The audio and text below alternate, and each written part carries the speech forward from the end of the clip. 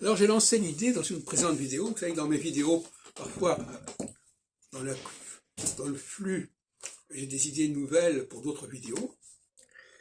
Et là, je viens de mettre en évidence le fait que la Shoah a été le mélange de deux choses.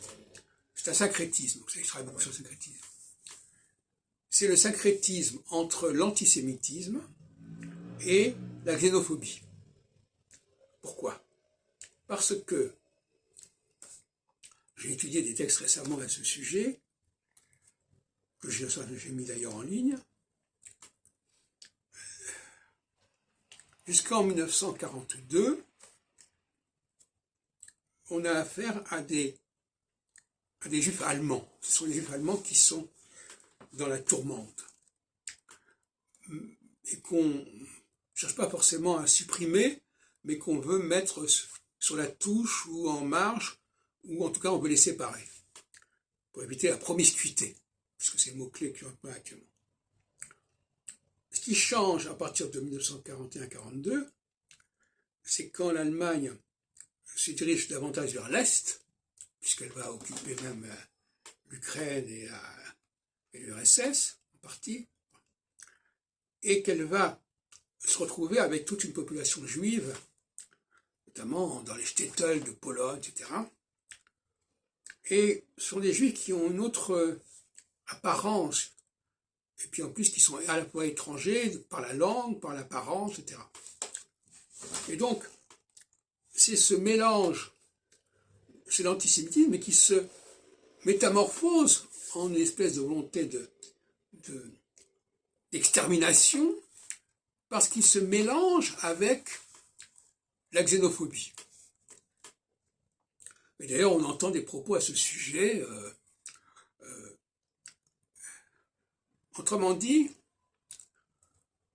ce sont les deux choses qui vont se combiner, qui deviennent particulièrement dangereuses. Et aujourd'hui, le problème se pose aussi.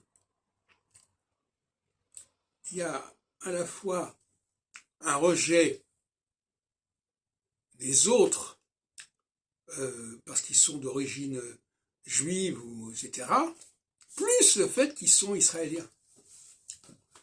C'est-à-dire que l'antisionisme et l'antisémitisme se convergent. Ça veut pas dire qu'ils soient de même nature. L'antisionisme, c'est quand même d'abord une forme de xénophobie. L'antisémitisme, xénophobie au sens solsticial en astrologie.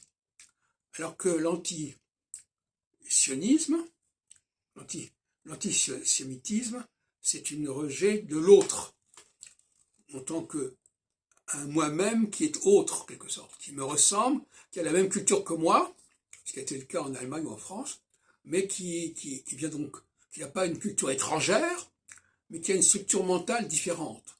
C'est notamment vrai entre les hommes et les femmes, qui sont dans le même milieu, dans la même culture, et qui pourtant ont un mode de fonctionnement différent.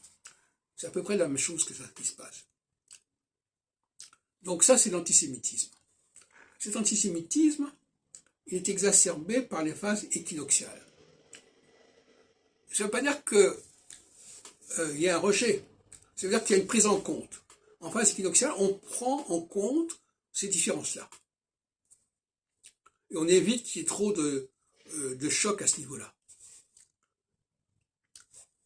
Quand on passe à une phase solsticiale, vient s'ajouter la question de la xénophobie. Xénophobie non pas par rapport aux juifs allemands, qui étaient des Allemands aussi, ou des Français qui étaient des Français, mais par rapport à des étrangers.